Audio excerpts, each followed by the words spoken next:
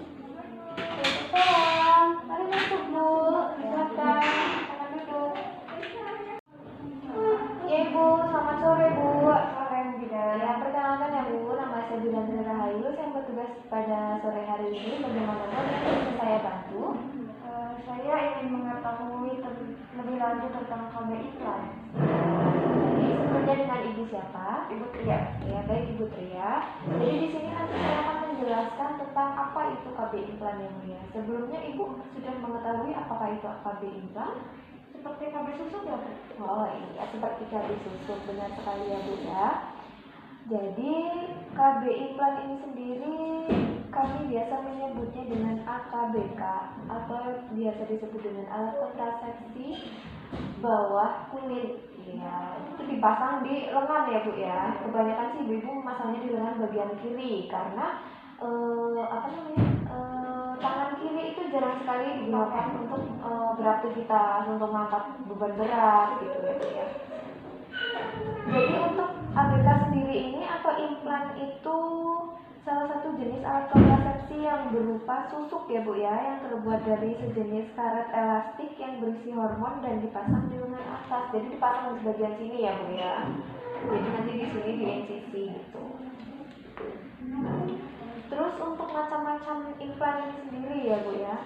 Macam ini implan tuh ada berbagai macam Bu. Ada Norplan yang mencegah kehamilan selama 5 tahun dan Jedena atau Indoplan atau Implanor yang mencegah kehamilan ini selama 3 tahun. Untuk cara kerja implan sendiri Bu, yaitu menekan ovulasi, perubahan lendir serviks menjadi kental sehingga menghambat pergerakan spermatozoa dan menghambat perkembangan siklus endometrium. Itu menghambat sperma ya Bu ya, sperma untuk membuahi sel telur ibu. Terus untuk tempat pemasangannya, tempat pemasangan implan ini sendiri di bawah kulit ya Bu ya, di lengan atas di bagian sini ya Bu. Ya, mungkin Ibu sudah tahu ya Bu ya, banyak melihat ya Bu. Terus untuk keuntungannya sendiri, keuntungan sendiri ini banyak banget ya Bu ya, keuntungan dari KB implan ini. Yaitu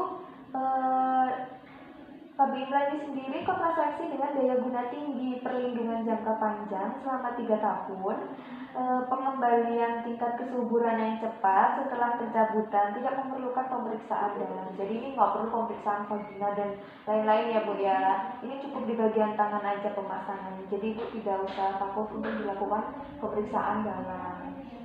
Terus untuk non kontrasepsinya yaitu mengurangi nyeri haid dan jumlah darah haid, mengurangi atau memperbaiki anemia, melindungi terjadinya kanker endometrium. Terus untuk keuntungan pemakai implan ya Bu ya, keuntungan menggunakan implan sendiri yaitu daya guna tinggi, perlindungan jangka panjang 3 tahun, terus setelah pelepasan ibu bisa langsung bisa langsung hamil atau bisa langsung pembuahan begitu Bu. Terus untuk yang non kontrasepsinya itu mengurangi nyeri haid dan jumlah darah haid ini untuk ibu-ibu anemia ini Bu ya. Kalau ibu-ibu yang mengalami anemia, kurang darah gitu Bu, itu bisa sekali menggunakan KB implan ya Bu. Terus untuk kekurangan KB implan ini sendiri yaitu harus dipasang di tenaga kesehatan, lebih mahal juga.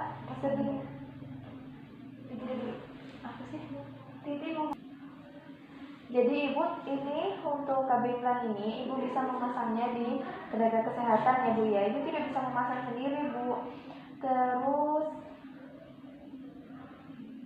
lebih mahal, terus sering timbul perubahan pola haid dan aseptor tidak dapat menghentikan sendiri sesuai kehendaknya. Ibu tidak bisa melepas sendiri. Terus kalau ada perubahan haid Ibu tidak bisa sesuai kehendak Ibu gitu. Seperti misal kayak haidnya terlalu cepat, kayaknya baru kemarin haid kok sekarang udah haid lagi gitu kan, Ibu tidak bisa menghentikannya sendiri ya Bu ya.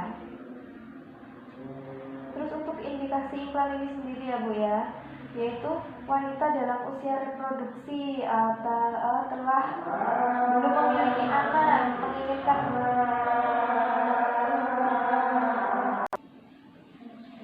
ya Bu. Jadi untuk wanita yang boleh menggunakan KB implan ini sendiri diantaranya yaitu wanita dalam usia reproduksi, sudah atau belum memiliki keturunan, belum memiliki anak atau sudah memiliki anak, terus menginginkan kontrasepsi jangka panjang, menyusui atau tidak menyusui dan membutuhkan kontrasepsi pasca guguran, tidak menginginkan anak lagi tetapi menolak kontrasepsi mantap, tidak boleh menggunakan kontrasepsi hormonal yang mengandung estrogen dan sering lupa menggunakan pil. Jadi itu wanita-wanita tersebut yang boleh menggunakan KB implan ya Bu ya.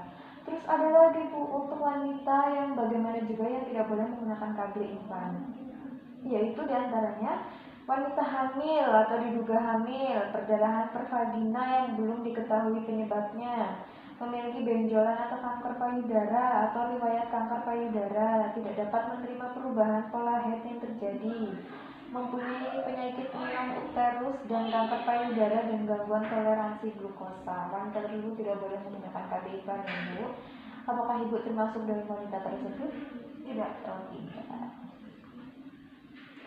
Terus untuk efek samping dari KB implan ini sendiri ya Bu, gangguan siklus headnya berupa perdarahan tidak teratur, perdarahan bercak atau amenor, berkurangnya panjang siklus head, peningkatan atau penurunan berat badan, nyeri payudara, mual, pening, pusing ya Bu ya, perubahan perasaan mood atau kegelisahan. Jadi Bu tuh gampang berubah-berubah gitu ya Bu ya.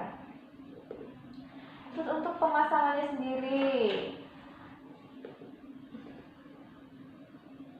nanti Ibu juga akan merasakan sakit ya Bu ya, pasti merasakan sakit untuk pemasangan implannya. Karena kita, ya Bu, bagaimana Bu, ada yang ingin ditanyakan? Enggak. Jika tidak ingin, saya akan bertanya ya Bu ya. Jadi untuk KB implan sendiri dipasang di bagian mana ya Bu ya? Biasanya itu di lengan sebelah kiri dan di bawah kulit. Ya, baik Bu, itu sudah bagus sekali ya Bu ya. Ya Bu, ada yang ingin tanyakan lagi? Tidak ada. Iya baik Bu.